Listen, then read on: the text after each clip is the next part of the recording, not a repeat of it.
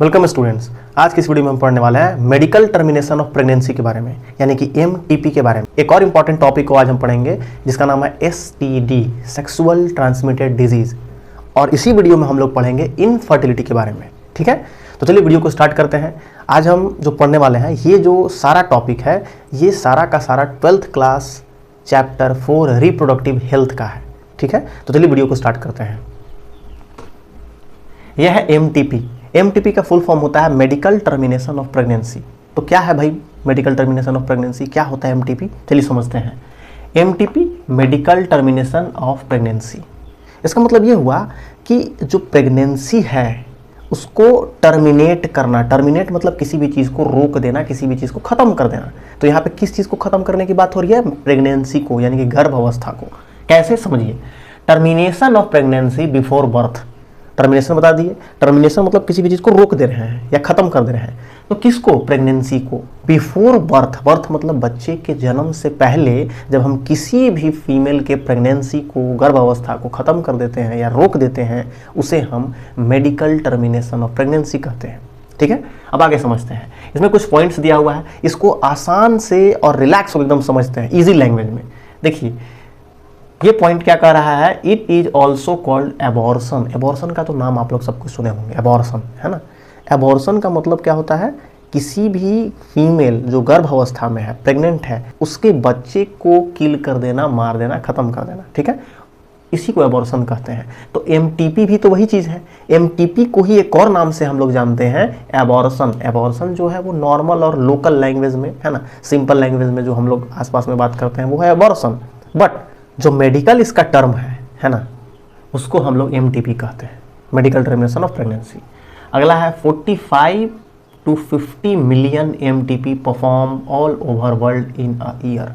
ध्यान से समझिएगा, 45 से 50 मिलियन एमटीपी परफॉर्म, 45 से 50 मिलियन एमटीपी हर एक साल पूरे दुनिया में होता है एमटीपी। ठीक है, अब 45 से 50 साल कितना हो जाएगा भाई?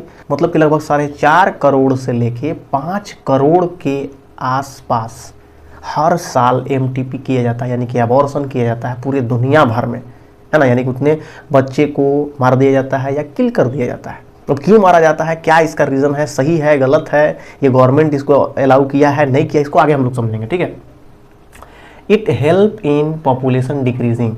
अब जैसे कि जब एमटीपी होगा, बहुत बड़ी मात्रा पे एबॉर्शन होगा, तो जाहिर सी बात है कि जो पॉपुलेशन है, जनसंख्या है, वो डिक्रीज होगा, कम होगा। ठीक है, अगला है 1971, 1971 government legalise under some strict condition. देखो इंडिया में 1971 मतलब 1971 ईस्वी में जो गवर्नमेंट है, सरकार, इसको लीगल कर दिया। मतलब ये इलीगल काम नहीं है, ये लीगल है, इसमें कोई प्रॉब्लम नहीं है, लेकिन अंडर सम स्ट्रिक्ट कंडीशन। इसमें एक चीज़ लग गया लास्ट में, अंडर सम स्ट्रिक्ट कंडीशन। आप ऐसे ही नहीं कर सकते हो मर्जी से, ऐसी ही मनमौजी, या किसी और को नहीं कर दोगे बिना उसके मर्जी से। अगर आप जो इसका रूल रेगुलेशन बना है अंडर सम स्ट्रिक्ट कंडीशन 1971, उसके अकॉर्डिंग अगर सब कुछ है तो ठीक है, लेकिन अगर ये कुछ गलत हुआ, इसका मिसयूज हुआ, देन आपके ऊपर कोई भी लीगल कार्रवाई हो सकती है, कानूनी कार्रवाई हो सकती है। ठीक है, अगला एमटीपी सेफ इन 12 वीक। मतलब एमटीपी कब करना चाहिए, एबॉर्शन कब करना चाहिए, कब ये सेफ है?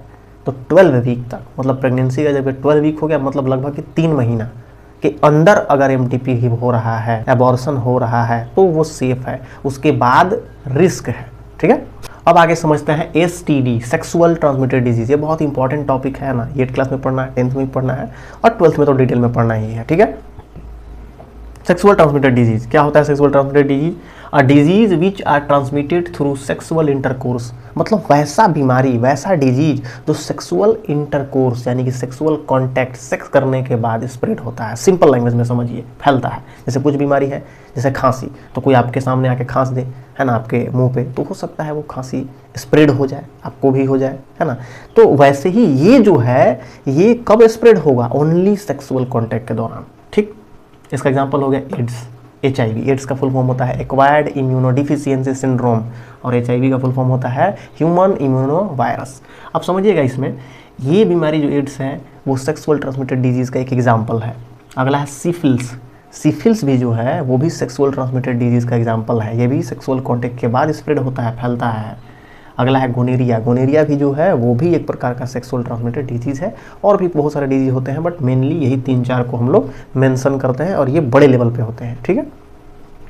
अब जो यहाँ पे है 15 to 25 ईयर एज ग्रुप, ये जो HIV है वो इंडिया में सबसे ज़्यादा 15 to 25 के एज वाले लोगों को हो रहा है, उन्हीं एज में सबसे ज़्यादा पाया जाता है। बात समझ में आई?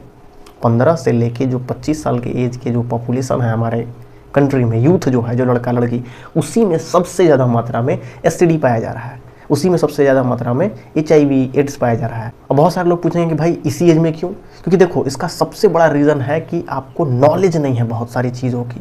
बहुत सारे यूथ जो हैं, जो लड़के हैं, जो लड़कियां, उनको नॉलेज नहीं है इन चीज़ों के बारे में कि ये कैसे हो रहा है, क्यों हो रहा है। लैक्स ऑफ नॉलेज, नॉलेज है ही नहीं, जानकारी है ही नहीं उतना डिटेल में कि हमें कैसे बचाव करना चाहिए, क्या नहीं करना चाहिए, क्या करना चाहिए, ये चीज़ के बारे में जानकारी नहीं है। और यूथ है ना, उनके अंदर एनर्जी भरा पड़ा है। अब जब उनको कुछ चीज़ के बारे में नॉलेज नहीं है और अंदर से एनर्जी भी भरा पड़ा है, तो जाहिर सी बात है कि वो गलत डायरेक्शन में जाएंगे और गलत काम करेंगे, जिसके वजह से ये जो चांसेस है, इसका जो रेट है वो बहुत हाई रहेगा। किन लोगों में?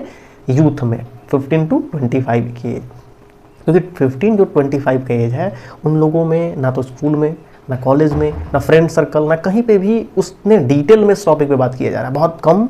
और अगर बात किया भी जा रहा है तो वो सरफेस लेवल, एकदम हल्का फुल्का है, जिसको डिटेल में बात करना वो हो ही नहीं रहा है। तो जाहिर सी बात है कि जब आपको किसी भी चीज़ के बारे में नॉलेज नहीं रहेगा तो आप उस काम को नहीं कर पाओगे अच्छे से, ना ही काम कर पाओगे, और इसके वजह से जो चांसेस है इस डिजीज़ का स्प्रेड होने का वो बहुत हाई हो जाएगा, ठीक है।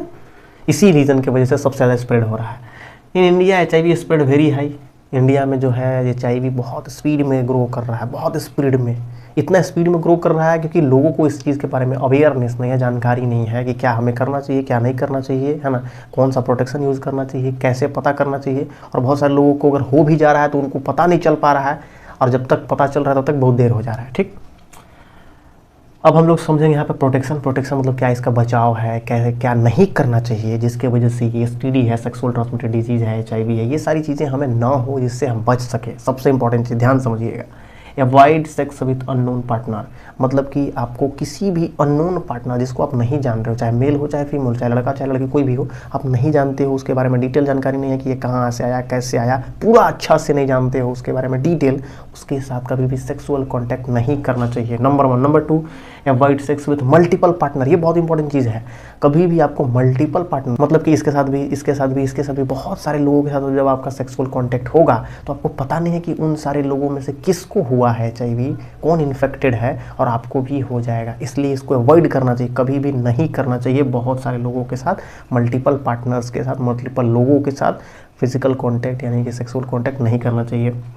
3rd नंबर पे है ऑलवेज यूज़ कॉन्डम, हमेशा कॉन्डम का यूज़ करना चाहिए, प्रोटेक्शन का यूज़ करना चाहिए। 4 नंबर पे है in case of doubt get checkup. अगर आपको डाउट लग रहा है, अगर आपको लग रहा है कि नहीं कुछ हो सकता है, क्योंकि इसका सिम्टम होता है, हम आगे HIV के बारे में पूरा डिटेल में पढ़ाएंगे, तो उसमें बताएंगे कि क्या क्या इसका सिम्टम होता है, क्या क्या लक्षण होता है। अगर आपको लग रहा है कुछ लक्षण है, वो सारी लक्षण आपके बॉडी में, आपके शरीर में दिख रही है, तो आपको तुरंत कंसल्टेंट लेना चाहिए, डॉक्टर से मिलना चाहिए, क्वालिफाइड डॉक्टर से। और इसका जो टेस्ट होता है जिसका नाम है ELISA, HIV पता करने के लिए, एड्स पता करने के लिए, वो टेस्ट आप ज़रूर कराएं।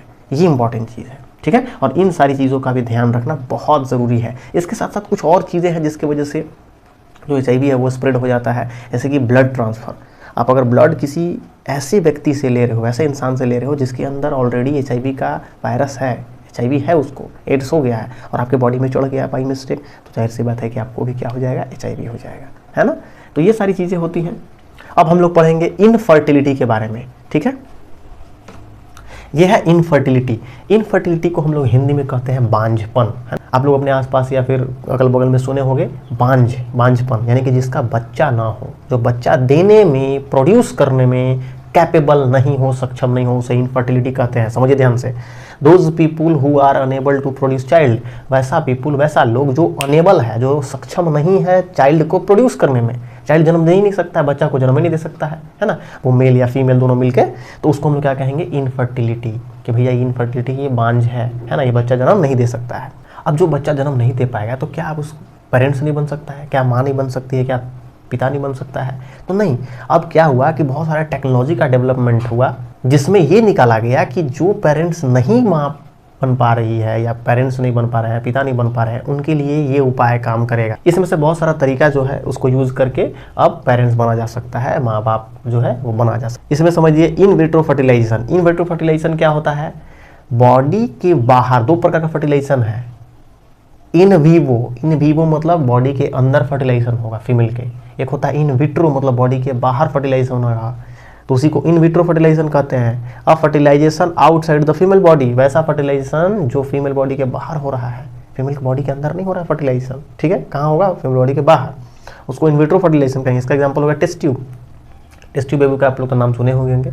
टेस्ट ट्यूब बेबी में क्या होता है कि जो मेल का स्पर्म है और जो फीमेल का ओवम है, वो दोनों को बाहर फर्टिलाइज कराया जाता है, फीमेल बॉडी के बाहर, ठीक है।